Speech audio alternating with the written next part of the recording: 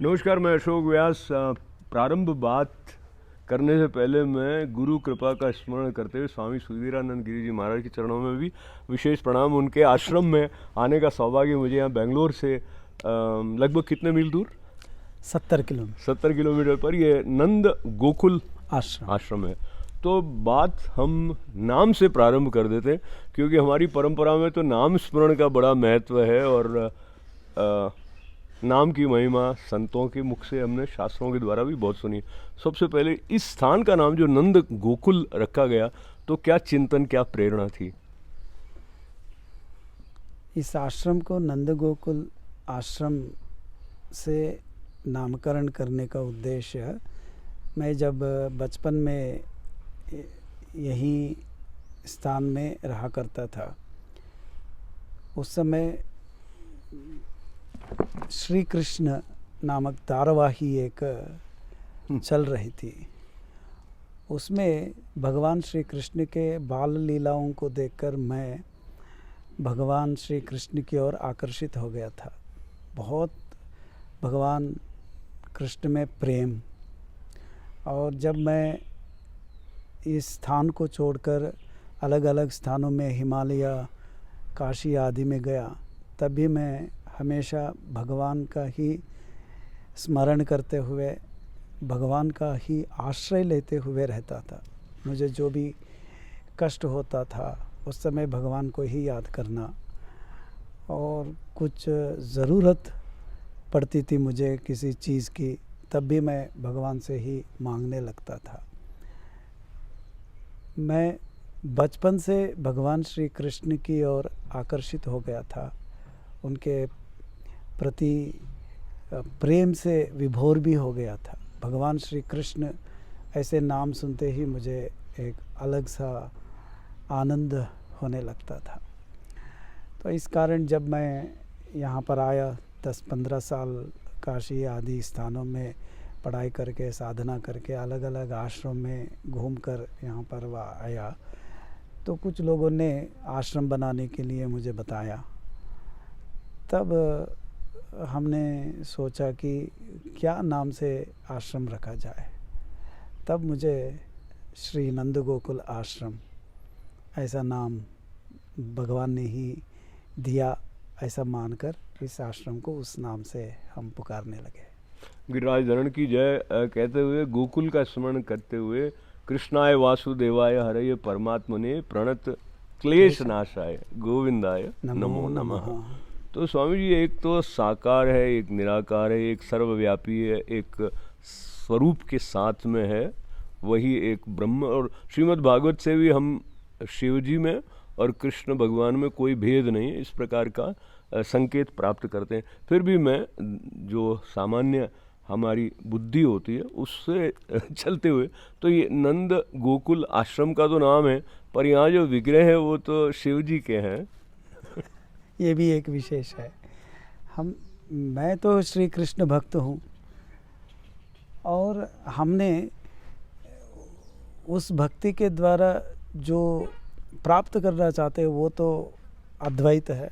उसका कोई नाम, रूप, गुण ये नहीं है। और उस सिद्धांत में जब मैंने अध्ययन किया, उस सिद्धांत को ही मैंने अपनाया। भगवान श्री कृष्ण ने भी भगवत गीता में यही कहते हैं, कोई भी साधक होता है वो सबसे पहले भक्ति के ज़रिए ही अद्वैत तत्व को पहचान सकता है। तो मैं भगवान श्री कृष्ण का भक्त था, और जिन आचार्यों का सहारा मैंने लिया वो सब के सब अद्वैत के आचार्य थे। वो सभी शिव जी को ही पूजा करते थे, और मुझे भगवान श्री कृष्ण और शिव जी में कोई अंतर नहीं दिखता है। जब मैं छोटा था, मुझे कुछ वेदांत नहीं मालूम था। उस समय ऐसा लगता था कि भगवान श्री कृष्ण सबसे बड़े हैं, और उनसे अलावा जितने भी देवताएं हैं वो सभी ऐसे निम्न है, ऐसा नहीं कह सकते। वो उतना महत्व के नहीं है, यही प्रधान देवता है, ऐसे मानते थे। वो तो बालपन था, वो शिशु अवस्था में थे साधना में, तो उस समय ऐसा मानते थे। बाद में मुझे पता चला तो सब उस परमात्मा का ही नाम है। आप शिव कहो या ईश्वर कहो या विष्णु कहो, ब्रह्मा कहो, कुछ भी कहो, कोई भी नाम आप बोलते हैं तो वो सबके नाम भगवान को ही पुकारते हुए वही चीज़ को निर्देशित करते हैं। इस कारण मैं भक्त था भगवान श्री कृष्ण का, नंद गोकुल आश्रम, लेकिन इस आश्रम में हम क्या करते हैं, अद्वैत को ही पढ़ाते हैं। इस कारण शिव जी का विग्रह को प्रतिष्ठा हुई है। तो स्वामी जी, गुरु मुख से ऐसा श्रवण करने का अवसर हुआ है कि जो उपासक के कार्य की सिद्धि के लिए ब्रह्म के रूप की कल्पना हुई है। तो उसमें जो अलग अलग रूप हैं, पर हमारे जो ग्रंथ हैं उनमें जब शिव जी के बारे में चर्चा है तो वह प्रमुख देव हैं, देवी माँ का है तो वो प्रमुख है, पर वो है ब्रह्म, जैसे आप सभी ब्रह्म स्वरूप ही है। और जब हम अद्वैत की बात करते हैं तो श्रीमद् भगवद गीता पर हम जब ध्यान श्लोक के सहारा लेते हैं तो वो होता है कि अद्वैतामृत वर्षिणी भगवती अष्टादशाध्यायिनी, तो 18 भुजाओं वाली हैं और अद्वैत के अमृत का वितरण करने वाली हैं। तो ये जो अद्वैत का अमृत श्रीमद् भगवद गीता से आए या वेदांत के अध्ययन से आए, वो अमृत तो वही है, अमृत ही है। हाँ। अब मैं आपसे ये प्रश्न थोड़ा ज़्यादा विस्तार मांगता है, पर श्रीमद् भगवद गीता पढ़ के अमृत की प्राप्ति हो, अद्वैत के अमृत की, इसके लिए क्या विशेष संकेत आप प्रदान करेंगे? कई लोग अलग अलग अर्थ उससे निकाल लेते हैं, उसमें अद्वैत की भावना तक पहुंच नहीं पाते। सही है, आपका बात सही है। वो इसलिए होता है कि हमारा जो भाषा, जो संस्कृत भाषा है, वो इतना उच्च स्तर का है कि अलग अलग अर्थ एक शब्द के लिए होते हैं। कोई एक आप शब्द लेते हैं संस्कृत में तो आप कई अर्थ उससे निकाल सकते हैं। इस कारण जो केवल भगवद गीता में ही नहीं, उपनिषदों में भी कुछ लोग द्वैत का दर्शन करते हैं, कुछ लोग विशिष्टाद्वैत का दर्शन करते हैं, कुछ लोग भगवान को दर्शन ही नहीं करते हैं। ऐसी स्थिति में ये जो संस्कृत भाषा से भगवद गीता रची गई है, तो जहाँ जहाँ भगवान भगवद गीता में मैं ऐसा हूँ, मेरा स्वरूप का तुम चिंतन करो, ऐसा कहते हैं, तो वो सभी अद्वैत को ही निर्देशित करने जैसे वचन होते हैं।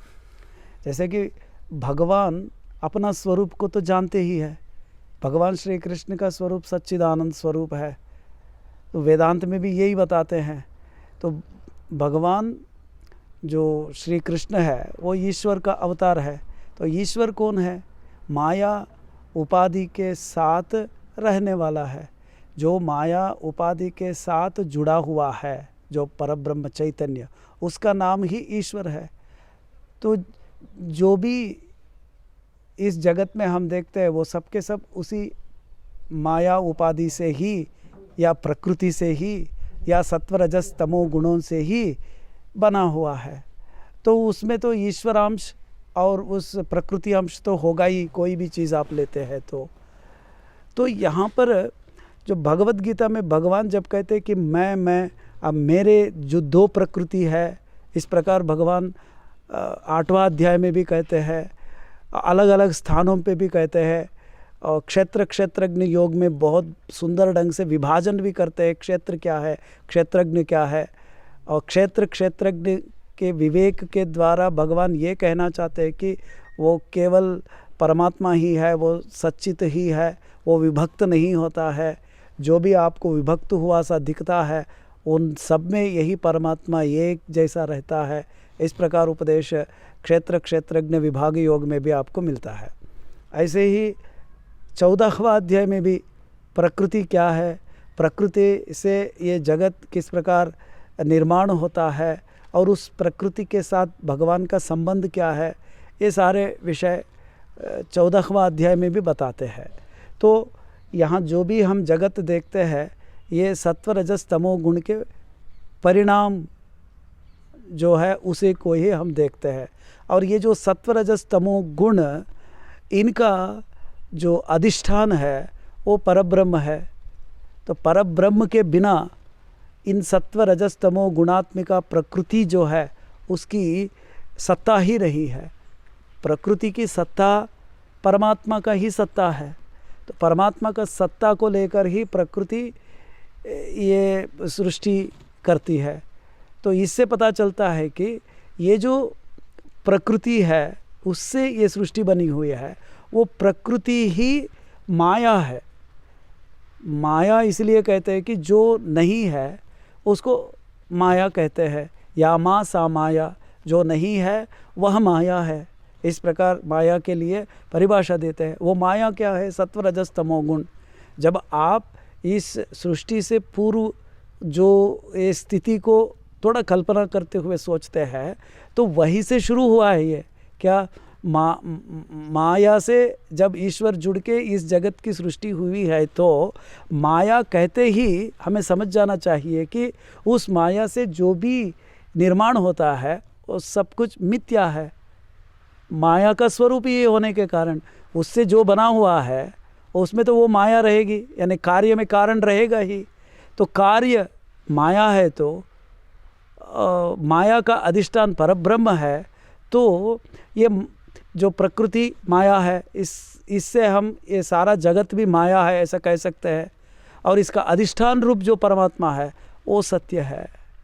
तो वो एक ही है, ये है अद्वैत।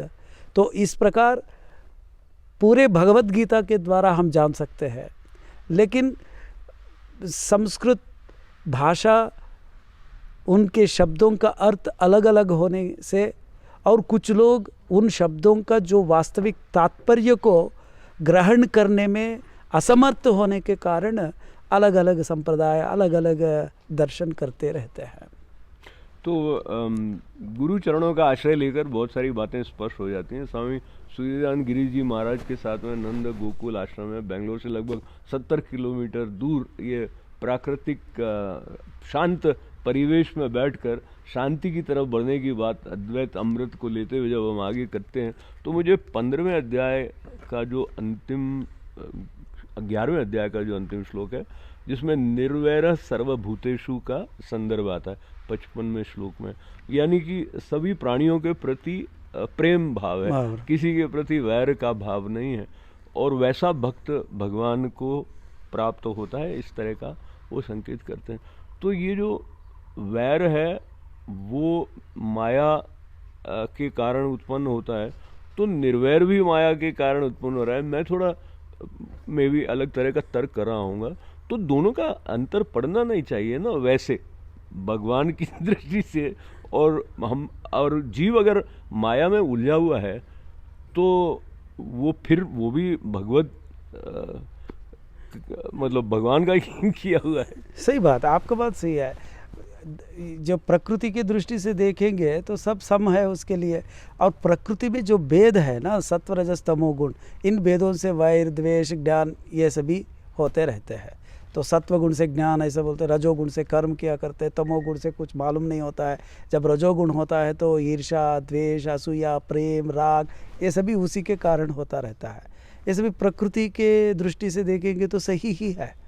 लेकिन जब प्रकृति के साथ जो जीव जुड़ गया है उसका तो वास्तविक स्वरूप परमात्मा स्वरूप ही है, चैतन्य ही है। तो मनुष्य का लक्ष्य होता है उस परम तत्व को पहचानना। तो उस परम तत्व को पहचानने के लिए इस माया में जो वैर निर्वैर सम जो है, इसलिए समः सर्वेषु भूतेषु ऐसे ही कह रहे।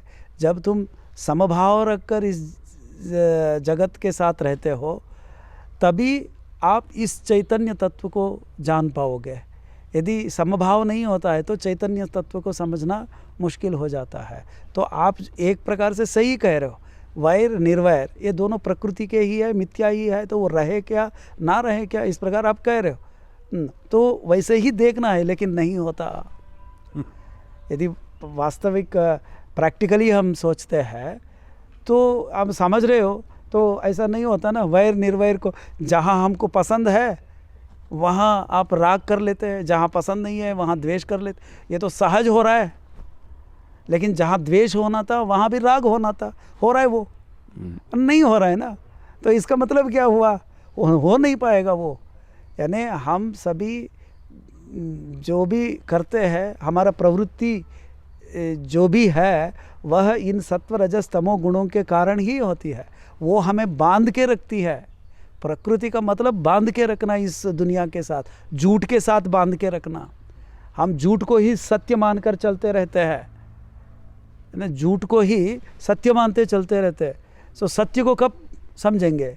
इसीलिए समभाव रखना है, इसीलिए आचार्य का आश्रय लेना है, इसलिए सद्गुरु के पास जाना है। तभी हमें पता चलता है कि झूठ क्या है, सत्य क्या है।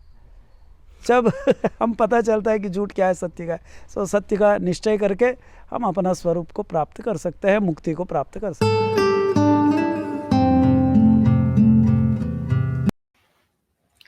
Namaste, dear friends. The topic for discussion today is from cardiology to consciousness. It's very impressive and a lovely title, which consists of two entities. One is cardiology and consciousness. Cardiology, as we all know, is an extremely useful field in medicine, a life-saving technology, and how it relates with the consciousness. I'm a retired cardiologist, and I spent whole life in studying, in mastering the field of cardiology and practicing this art and science of medicine for almost 4 decades, the first 4 decades. Well, consciousness is a gift of God. Consciousness is a gift of God given to us, and everything we see, we interact, we understand, and we conduct our life depends upon our consciousness. This consciousness really is life. Every night when the Almighty God puts us to sleep and covers this consciousness temporarily, we call it sleep. So this consciousness makes us understand our surrounding and prepares us for the interaction. Along with consciousness, God has given us another gift, and that gift is free will. And that free will allows us to use our consciousness in any direction we want. So that these two gifts are given to us for a very specific purpose. Like everyone else, in the first 4 decades of my life, I used this gift of God, consciousness and free will, to acquire secular knowledge and secular goals. And I studied medicine and achieved whatever the achievements I wanted to, and I pursued. But the real purpose of this consciousness is to attain to secular knowledge to perform our duties in the world, as well as to understand what is the real purpose of life and to understand ourselves as well as this creation. So like everyone else, I used first 4 decades of my life for being a doctor and use that knowledge for my patients, and the life continued. Up until 1991, when I came across another path through Vivekanand Vidyapit. It is one of the spiritual centers, institution established by a great devotee couple, Dr. Mahendra Jani and Dr. Vandana Jani, both PhD doctors and lifelong devotees of Bhagavan Ramakrishna. And they used their whole life from 1970 up until now to propagate the teachings of Swami Vivekananda to our younger generation. And in 1991, when I was almost 42 years old, I took my daughter there on the weekend classes, and we continued that for next 10 years. While in Vivekanand Vidyapit, while sitting in the library, I was going through the books and I came across Bhagavad Gita and I read the preface of Bhagavad Gita, and I was so impressed that there is a gold mine of knowledge which pertains to Sanatana Dharma as a Bhagavad Gita. And I read the preface and commentaries by many scholars and authors from all over the world, philosophers, who had a great admiration for our Bhagavad Gita. The same day I decided to understand and learn these great science. As we all know, it is in Sanskrit, and I had very rudimentary knowledge of Sanskrit. But the logic I used was that if I could learn with the difficult terminology and difficult mechanics of human body, and most of the terminology in medical field, they come from Latin language, then I should be able to learn this great scripture. So I started my journey with a very minimal knowledge of Sanskrit. And this was a turning point in my life. First, I used the consciousness, gift of God, free will for medical science. I was fortunate to get exposed to this path, spiritual path. And I started my journey. In spiritual path, you always need a master to guide you, guru to guide you. But my life was so busy being a cardiologist, that also interventional cardiology exists in this very busy New York City, New Jersey area. So my days were already 14 to 16 hours a day, and I had to find time. So whenever I found time, I attended as many lectures and as many discourses from saints around as possible over the weekend. But to learn Bhagavad Gita, a book can be your guru also, and that's what happened. And I followed the commentary by Swami Chidbhavananda on Bhagavad Gita. It's an extremely good book, which is 1,000 pages. And the advantage was that in this particular book, there were commentaries on Bhagavad Gita, as well as the teachings of Bhagavan Ramakrishna were included. So I started my journey like that. I learnt a great message from Bhagavan Ramakrishna that the only purpose of life is to realize God. And the one who has not realized God in this human birth